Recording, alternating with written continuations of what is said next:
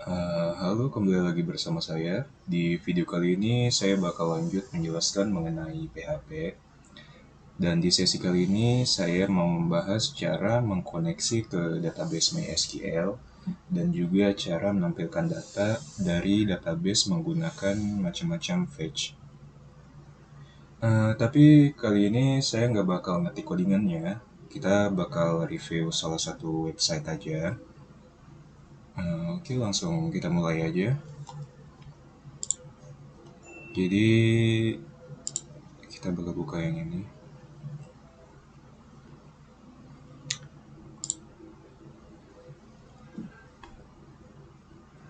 Nah, jadi ini struktur dasar buat mengkoneksi ke MySQL PHP-nya. Kalau langkah-langkah awalnya ya kayak biasa, kita bikin aja dulu filenya, kita save dengan nama apa aja sih terserah kita ya, sesuai studi kasus aja. Lalu kita buka tekan kayak biasa. Nah, di sini ada sintaks MySQLi connect. Jadi kita nggak pakai MySQL, tapi lebih ke MySQLi. Bedanya yang ini tuh ya lebih baru. Jadi karena kepanjangan I ini tuh improve, udah lebih maju aja gitu. Ini di sini ada yang namanya variable. Jadi variabel di sini dikasih nama con. Sebenarnya ini tuh udah sesuai kalau kita ikutin tutorial dari ininya si PHP resminya itu. Kan di website PHP ada tutorialnya, ada dokumentasi lengkap. Nah, di situ diajarinnya ya kasih namanya sesuai gini aja. Ya sebenarnya terserah sih, cuman kan ini lebih mempermudah, lebih resmi kan aneh juga gitu kan. Variabel pakai nama kita sendiri atau apa. Kalau untuk dasar-dasarnya ya strukturnya kayak gini. Jadi localhost ini nama server. Setelah nama server kita pakai nama user kita. Kalau user root kan kayak gini ataupun kita bikin user apa gitu. Nah, di sini ada yang kosong. Ini kosong ini sebenarnya password. Nah, kebetulan user root kan nggak ada passwordnya kan. Nah, lalu untuk yang DBNISN ini tuh apa itu namanya database kita, nama database di MySQL ya. Ya gitu. Lalu di sini ini sebenarnya nggak penting-penting amat sih. Kalau kita mau connect ya cukup ini aja gitu. Bahkan nggak perlu pakai con juga udah bisa. Jadi fungsinya itu kalau buat yang MySQL, ketika kita melakukan apa ya, misalkan kita ininya ada kesalahan gitu, dia nggak bakal nampil. Nah, misalkan kita ada salah gitu kan. Kalau kita PHP kan, misalkan salah di nomor berapa gitu, ada yang apa error, dia nggak nampil apa-apa, kayak kosong aja gitu. Dan ya itu kan memperbingung juga gitu kan. Makanya kita kasih aja gitu. Nah, fungsinya si kita bikin variabel buat yang connect ini tuh di sini. Jadi kan misalkan kita if terus tanda seru uh, ini apa gitu kan. Kalau di sini kalau kita nggak pakai variabel kan harus ketik lagi kan. MySQLi terus connect localhost semuanya kita di sini. Ya, maka untuk mempermudah kita bikin aja variabel di sini. Gini, kalau connection failed, dia apa nampilkan failednya itu di mana aja pakai sintak yang ini. Jadi nanti kalau ada apa failed misalkan ini tuh nggak eksis apa namanya database-nya itu nggak ada ataupun n-nya itu salah gitu. Nah di sini bakal ketahuan nanti di sininya. Kalau kita pakai ini, kalau nggak pakai nggak ada apa-apa. Jadi itu apa lumayan susah juga ya. Nah, jadi kalau berhasil ya tampilkan tulisan ini sukses gitu. Ya sebenarnya gitu aja sih kalau mau connect. Nah ini ada juga yang kayak gini. Ya ini sebenarnya lebih sulit ya soalnya kita kan bikin variabel lagi server name sebenarnya bisa juga sih kayak S aja gitu kan. Jadi panggil S gitu. Ini U gitu P sama D. Bisa ini bakal mempersingkat gitu. Cuman ya kayaknya ini kita abaikan aja kita pakai yang atas saja. Soalnya lebih lebih modular ya, lebih standar, mudah kayak gitu ya. Oke, lanjut yang satu lagi kan bahas tentang fetch. Untuk yang fetch ini, jadi fetch itu kan artinya kan manggil gitu kan, memanggil apa mengambil array gitu kan. Nah, jadi untuk struktur dasarnya ya kita panggil dulu tag-nya. Jadi di sini kan kita campur, kan ada dua cara ya, kita mau pakai HTML atau mau pakai PHP. Kalau pakai PHP kan PHP setiap HTML kita echo gitu kan. Kalau mau manggil HTML echo, apa-apa echo. Kalau yang mau pakai HTML juga silahkan gitu. Kalau mau pakai PHP ya kan ntar tinggal buka aja tagkan PHP ya kan. Cuman untuk yang website ini dia lebih milih kayak gini ya, nggak apa-apa kita ikutin aja. Ya ini jadi kayak ngawal tadi, kita panggil dulu tuh, kita connect dulu.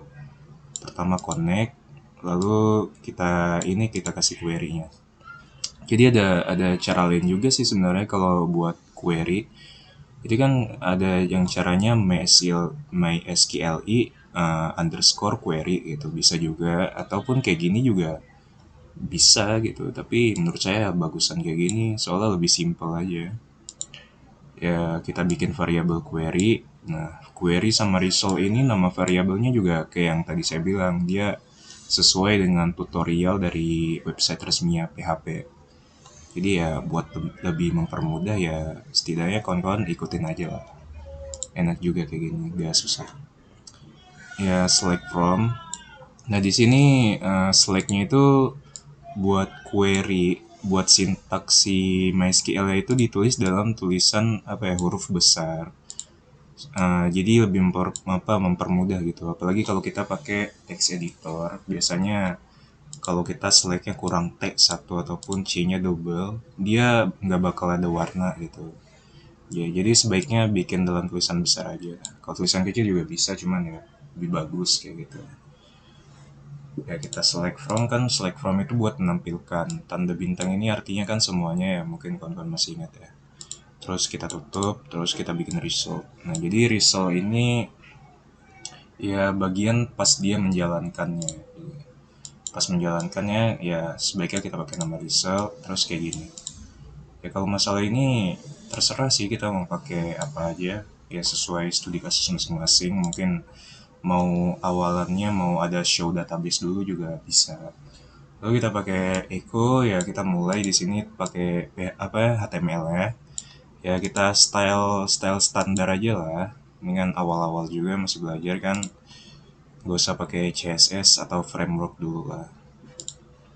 Ya, ini style standar ya, 1px 2 pixel solid black. Lalu kita kasih nama dulu, kasih judul kan. Ini bukan judul sih, bikin paragraf aja. Kita bold database output. Terus di sini kita buka table. Nah, di sini kan buka tabelnya itu buat name, buat nampilin name, nama, jenis kelaminnya kan masih manual kan. Kita belum manggil dari si database-nya ya. Jadi ini masih manual dan disinilah kita baru manggil si database buat isinya. Jadi di sini ada while, ya sebenarnya bisa pakai for each juga sih.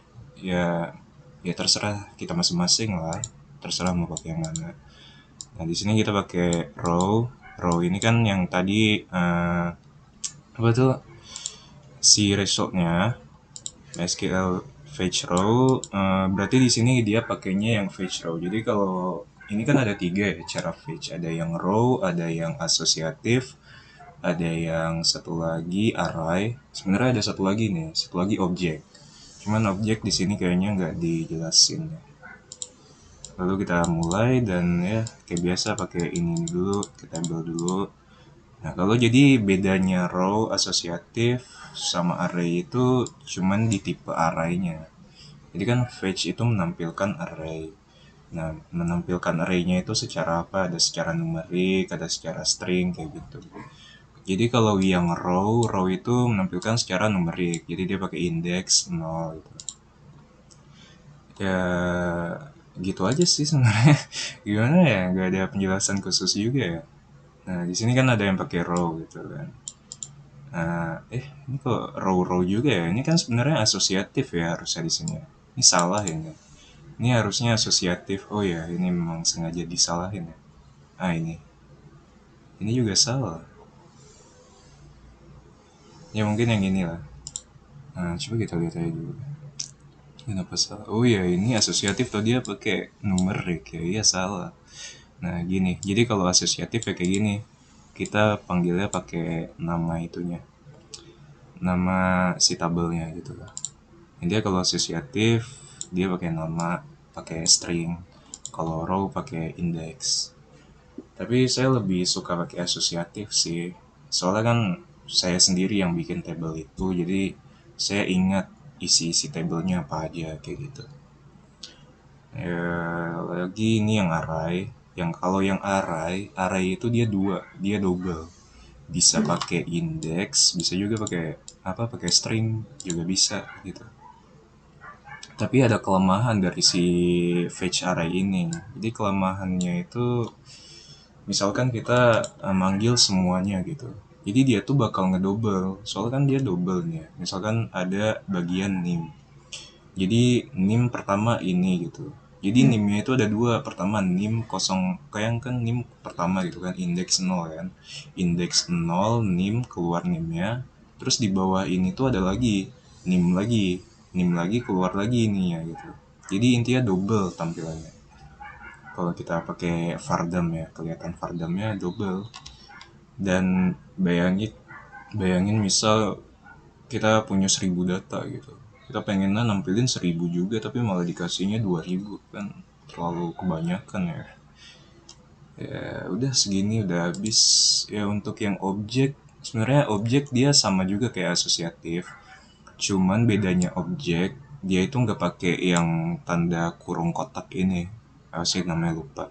Jadi kalau objek pakai string juga, pakai tulisan juga, cuman cara manggilnya itu apa ya, ini kan variabel manggil variabel, terus apa, minus minus tanda lebih besar, habis minus tanda lebih besar kasih nama stringnya. Udah kayak gitu aja kalau objek. Kalau hasil tampilannya sama kayak asosiatif ya, gitu aja. Ya untuk video kali ini saya rasa segitu aja untuk reviewnya. Ya kalau ada kekurangan mohon maaf aja. Ya kalau kalian suka sama video ini silahkan like, subscribe, ya share ke teman-teman kalau bisa. Terima kasih udah menonton, ya sampai jumpa di video selanjutnya.